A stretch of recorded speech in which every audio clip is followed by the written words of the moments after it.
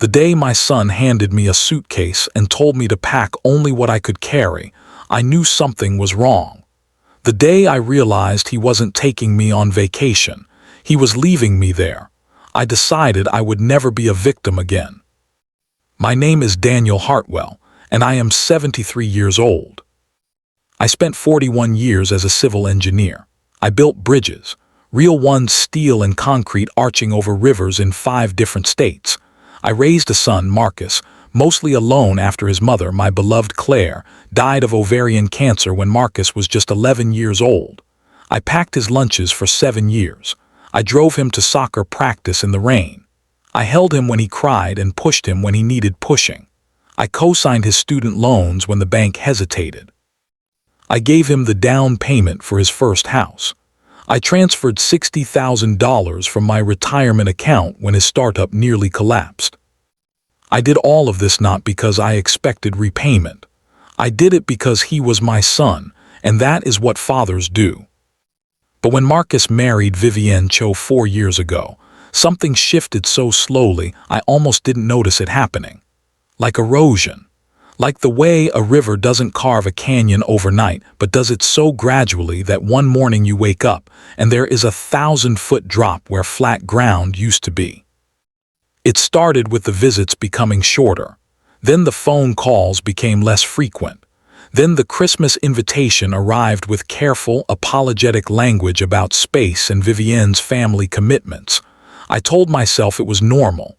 Newlyweds needed room to breathe. I was being a modern father-in-law, not clinging, not demanding. I was being understanding. I kept being understanding right up until the Tuesday morning in March when Marcus called and asked if I wanted to take a short trip. "Just a few days," he said. "Somewhere you can rest and be looked after properly. You've been so isolated out there in the house, Dad. It's not healthy." I had been perfectly fine in my house. Yes, I had arthritis in my right knee. Yes, I moved a little slower than I used to. But I was cooking my own meals, tending my garden, reading 2 books a week, and video calling my old colleague Raymond every Sunday morning. I was not a man who needed to be looked after. But Marcus had always been persuasive. He had my jawline and his mother's charm. He said the words, "We're worried about you," and something old and parental in me softened. He cared. That was what I told myself. My son cared. He picked me up on a Saturday morning with Vivienne sitting silently in the passenger seat, her eyes fixed on her phone.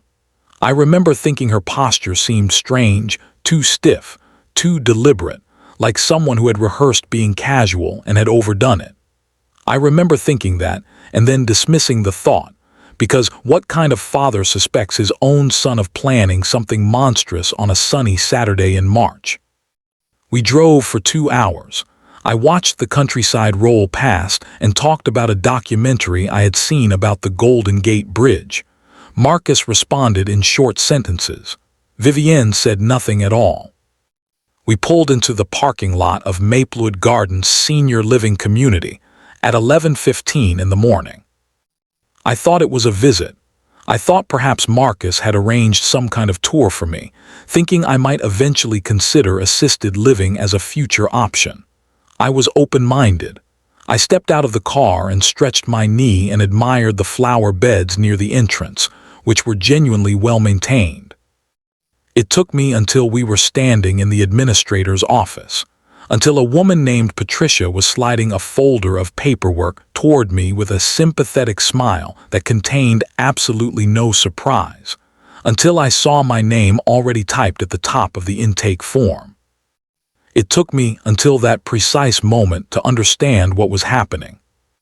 "Marcus," I said, my voice came out very quiet, "what is this?" He didn't look at me directly.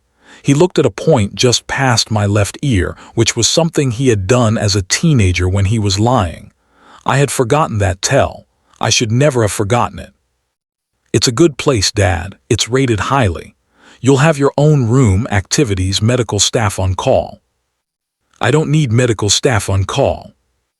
Vivienne put her hand on Marcus's arm, a steering gesture, the kind a navigator makes when adjusting a course.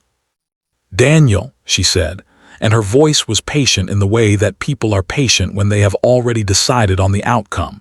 Marcus and I have accepted a relocation package. We're moving to Singapore. It's an incredible opportunity, and we've been thinking about it for a long time, and we need to know you're somewhere safe before we go. Singapore. They were going to Singapore.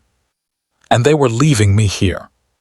I want to tell you that I argued, that I stood up from that chair and walked out of that office and demanded my son drive me home. But the truth is that in that moment I experienced something I had never experienced before in 73 years of life, a complete and total failure of my own agency. I felt the floor become uncertain beneath me. I felt the walls of the room move slightly inward. I felt old in a way that had nothing to do with my knee or my arthritis, and everything to do with suddenly understanding how dispensable I had become to the one person I had sacrificed the most for. I signed the paperwork. I don't entirely know why. Shock, perhaps, or something deeper, a lifetime of teaching Marcus that love means not making things difficult for people you care about, turned against me like a key in a lock I had built myself. Marcus hugged me in the parking lot. It lasted 3 seconds. I counted. Vivienne hugged me too, briefly, with the particular tension of someone touching something they'd rather not touch. They drove away while Patricia stood beside me with a professionally compassionate expression, and I watched my son's car get smaller and smaller until it turned left on Delaney Road and disappeared entirely. I stood in that parking lot for a long time. Then I did something that surprised even me.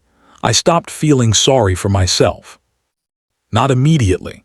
Not completely. I spent the first 3 nights at Maplewood Gardens lying in a narrow bed in a room that smelled of industrial cleaner and someone else's flowers, cycling through grief and fury, and a humiliation so profound it had a physical texture, like sandpaper against the inside of my chest.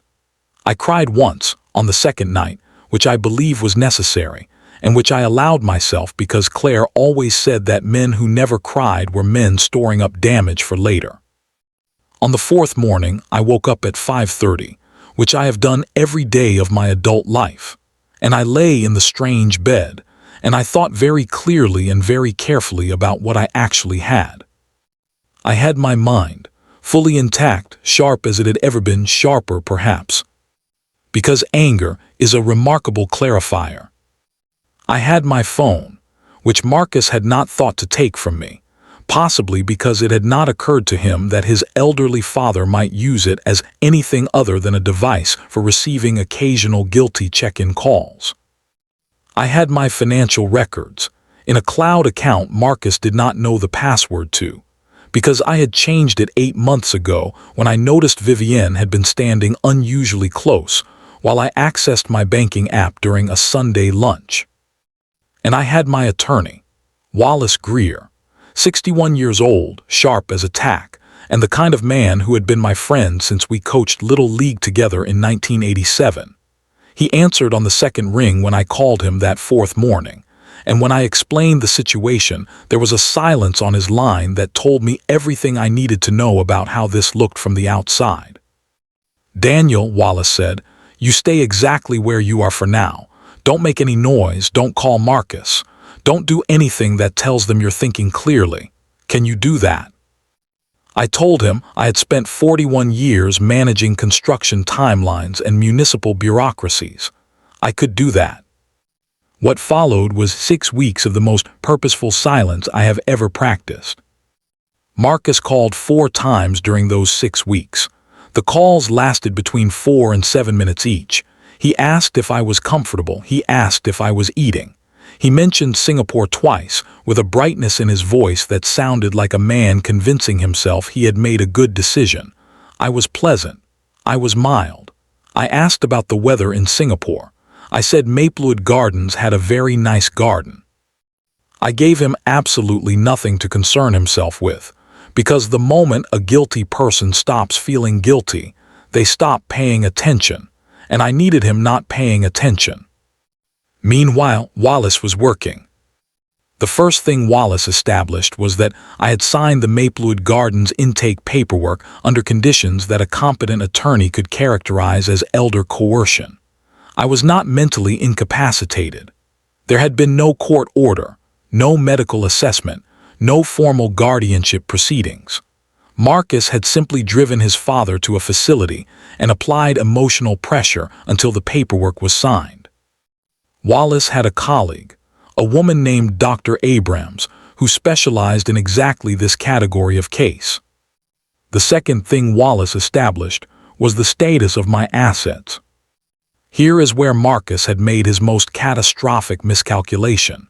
He had assumed, because I am old and because he had spent 4 years gradually edging me toward the margins of his life, that I had also become careless with my finances. He knew I had a pension. He knew I had savings. What he did not know, what I had never told him, because frankly it was none of his business, was that 18 months before Vivienne materialized in our lives, I had quietly restructured everything following advice from Wallace. My house, which was paid off and worth $420,000, was held in a revocable living trust of which I was the sole trustee and sole current beneficiary. Marcus was listed as a remainder beneficiary, which meant he stood to inherit the house when I died, but he had absolutely no claim on it while I was living, and no authority over it whatsoever. My investment accounts, totaling a little over $300,000, were similarly structured. Marcus had spent 4 years watching me age and calculating, consciously or not, what he would eventually receive.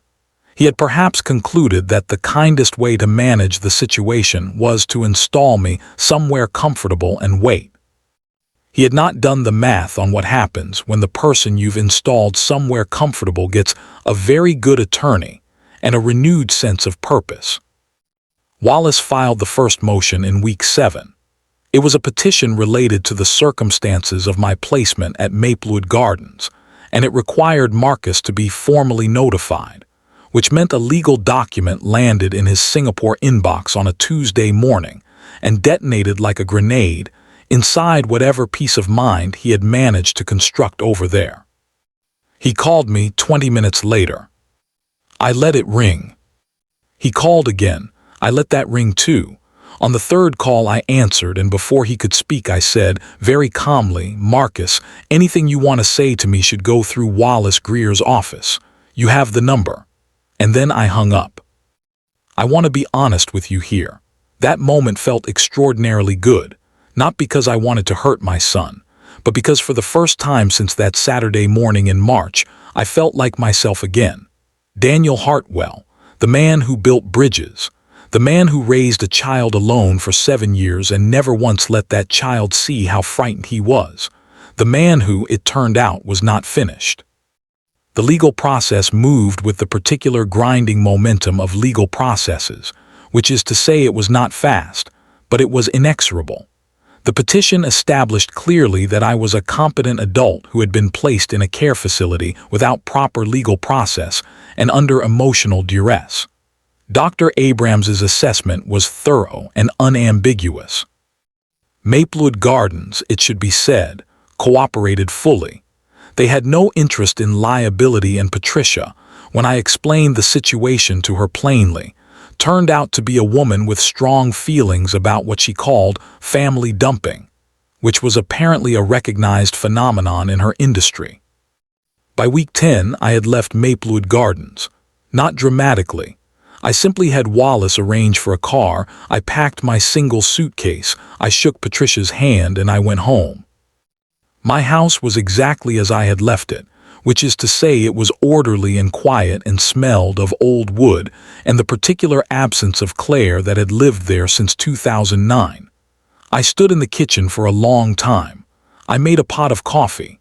I sat in my chair. Then I called Raymond and told him what had happened. Raymond, who has known me since 1979 and who is constitutionally incapable of measured reactions, said several things I will not repeat here. Then he came over and we sat in the kitchen until midnight, And I am not ashamed to tell you that was one of the best evenings I had in a long time. The legal matter with Marcus did not end with my return home. Wallace pressed forward on the question of the circumstances of my placement, not primarily because I wanted to punish Marcus, though I will not pretend punishment was entirely absent from my thinking, but because Wallace believed, and I came to agree, that what Marcus had done required consequences, not for my sake alone. Because men who do this to their fathers tend to do it without believing there will be consequences, and they are often right, and that is why it keeps happening.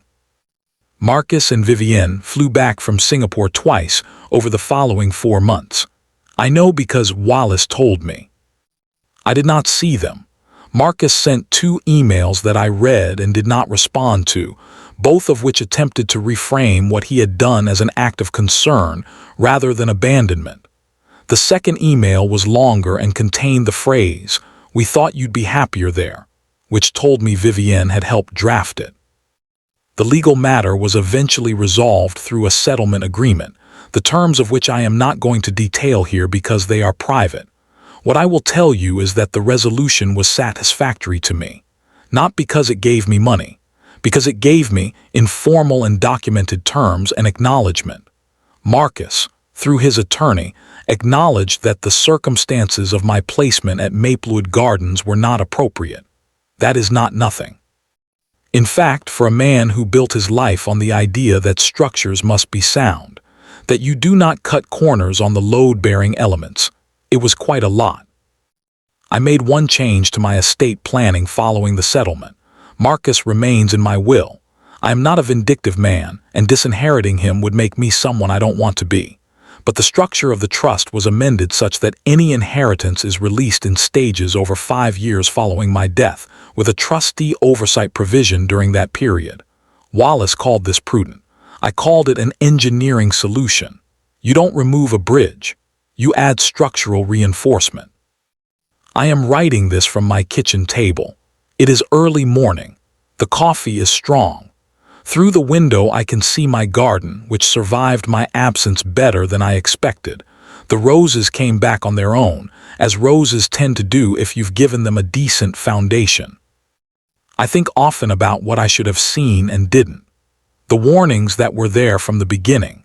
Vivienne's quiet management of Marcus, the slow reorientation of his loyalties, the years of incremental distance that I kept explaining away because the alternative, acknowledging that my son was capable of this, was something I wasn't ready to hold. But I also think about what I learned. I learned that old does not mean powerless. I learned that the people who treat you as a problem to be managed have often made enormous assumptions about your passivity, and that assumptions are structural weaknesses. I spent 41 years finding structural weaknesses in bridges and fixing them. It turns out the skill transfers. I learned that the most important bridge I ever built was not over any river in any state. It was the one I built to Wallace Greer in 1987 on a dusty little league field, when neither of us knew we would need it. I learned that grief and fury, when they have nowhere to go, destroy the person who carries them. But when you give them a direction, when you pick up the phone and call your attorney and say, "I need you to help me fix this," they become something else entirely. Fuel, foundation, something you can build with. Marcus called last month, not through his attorney, his personal number on a Sunday morning at 7:15. I picked up this time. He did not immediately speak. I could hear him breathing on the other end of the line, and in that breathing I heard something I recognized from a long time ago. The sound of my 11-year-old son in the weeks after his mother died, lying awake in the dark, trying to figure out how to exist in a world that had stopped making sense to him. I am not a man who believes that recognition obligates forgiveness. I am also not a man who believes that withholding forgiveness makes you stronger. I have thought about this for a long time, and I believe both things can be true simultaneously. That what my son did was a profound betrayal, and that he is still my son. "Dad," he said finally. "Marcus," I said. There was a long silence. I don't know how to, he started, stopped, started again. I don't know what I was thinking.